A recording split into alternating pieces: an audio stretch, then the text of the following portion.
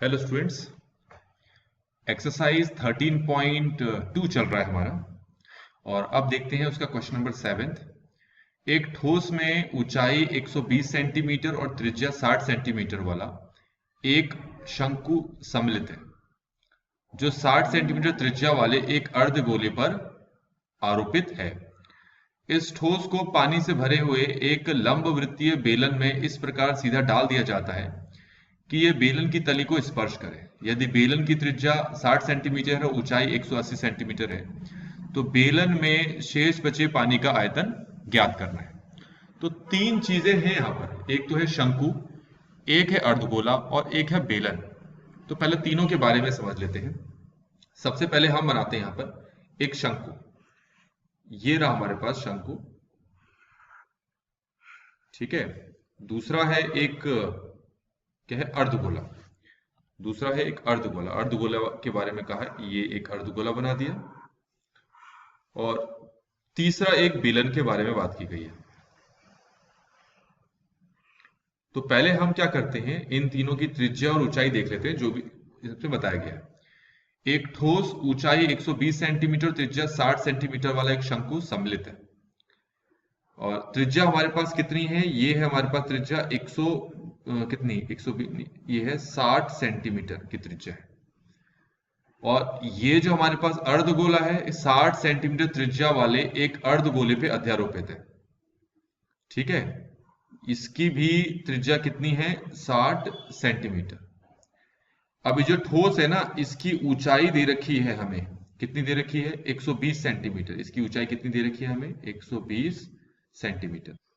तो इसकी ऊंचाई को हम यहां पर मान लेते हैं h, इसकी त्रिज्या को नाम दे देते हैं r और इसकी त्रिज्या को नाम दे देते हैं r। तो ये तो इन दोनों के बारे में हो गया। अब आते हैं बेलन। आप ये देखें कि बेलन की त्रिज्या दे रखी है 60 सेंटीमीटर, तो बेलन की त्रिज्या भी 60 दे रखी है। तो तीनों की त्रिज्या एक जैसी दे रखी है, तो नाम मैंने r ही यूज किया है तीनों के लिए, ठीक हो गया। और ऊंचाई दे रखी है 180 सेंटीमीटर, तो इसकी ये है ऊंचाई जो है 180 सेंटीमीटर। इसकी ऊंचाई को हमने h नाम दे दिया।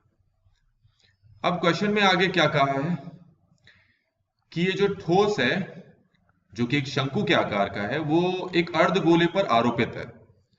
मतलब कि ये जो आपके पास अर्धगोला ऊपर मैंने बनाया था, इस अर्धगोले के ऊपर एक शंकु है, इस तरीके से आरोपित किया गया, अर्धगोले के ऊपर शंकु।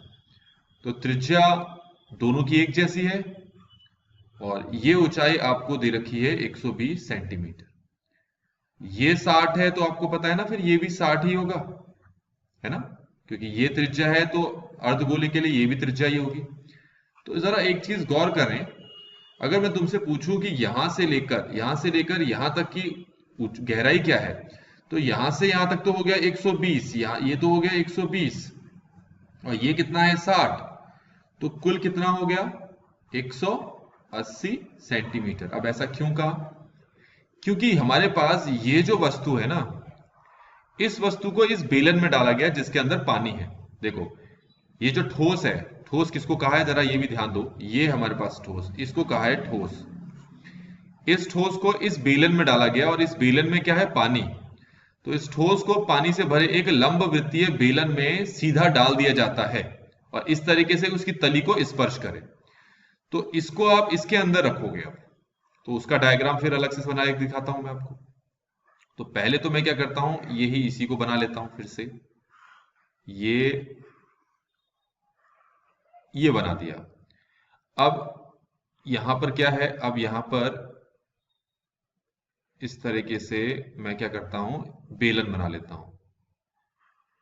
अब बेलन क्यों बना रहा हूं, ये इसका मतलब ये पूरा ठोस अब इस बेलन के अंदर है, ये बना दिया मैंने, ठीक हो गया। तो पानी कहां बचा होगा, पानी इन जगहों पे तो बचा होगा, और कई सारा पानी तो बाहर निकल गया होगा। ये मैंने यहां पर दिखा दिया कि पानी था यहां पर पहले और अभी भी है। और जैसे ही हम इस ठोस को इस बेलन में डालते हैं, इसको जैसे ही, पहले ये पानी पूरा भरा हुआ था, ध्यान रखें पहले पानी पूरा भरा हुआ था।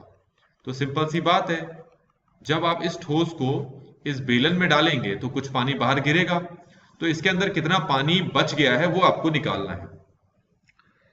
तो बचा हुआ पानी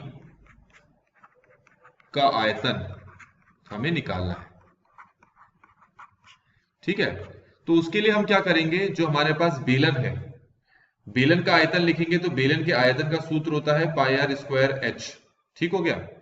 अब क्योंकि तुमने इस ठोस को इस बेलन में डाला गया है, तो इसका मतलब है कि इस बेलन में से इस ठोस के आयतन को हम माइनस करेंगे, क्योंकि जो पानी गिरा हुआ होगा वो इस ठोस के आयतन के बराबर ही गिरा हुआ होगा, ठीक है।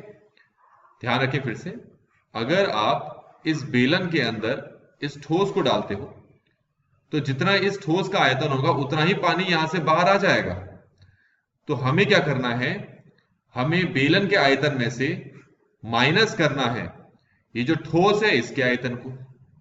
अब ठोस तो शंकु और अर्धगोले दोनों से बना हुआ है, तो इस पूरे ठोस का अगर आयतन आपको निकालना है तो शंकु और अर्धगोले दोनों के आयतन को जोड़ना पड़ेगा। शंकु का आयतन होता है 1/3 पाई आर स्क्वायर एच, और हमारे पास जो अर्धगोला है इसका आयतन होता है 2/3 पाई आर क्यूब। तो इन दोनों को जोड़ दिया, तो ये जोड़ के जो हमारे पास ये पूरा आया यही इस पूरे ठोस का आयतन है। तो हम क्या कर रहे थे, हम बेलन के आयतन में से इस पूरे आयतन को घटा रहे थे। तो मतलब ब्रैकेट में लिखेंगे 1/3 pi r square h plus 2/3 pi r cube. अब इसको सिंप्लीफाई करते हैं, सरल करते हैं। और सरल करने का तरीका क्या है, देखो पाई है तो पाई सबसे बाहर आ जाएगा, ये बाहर आ गया। अब यहां से क्या बचा, ये बचा आर स्क्वायर एच। ये ब्रैकेट खोलोगे तो ये माइनस जो है दोनों से मल्टीप्लाई होगा, इससे और इससे, तो दोनों के बाहर माइनस का साइन आ जाएगा कुछ इस तरीके से, कुछ इस तरीके से आएगा।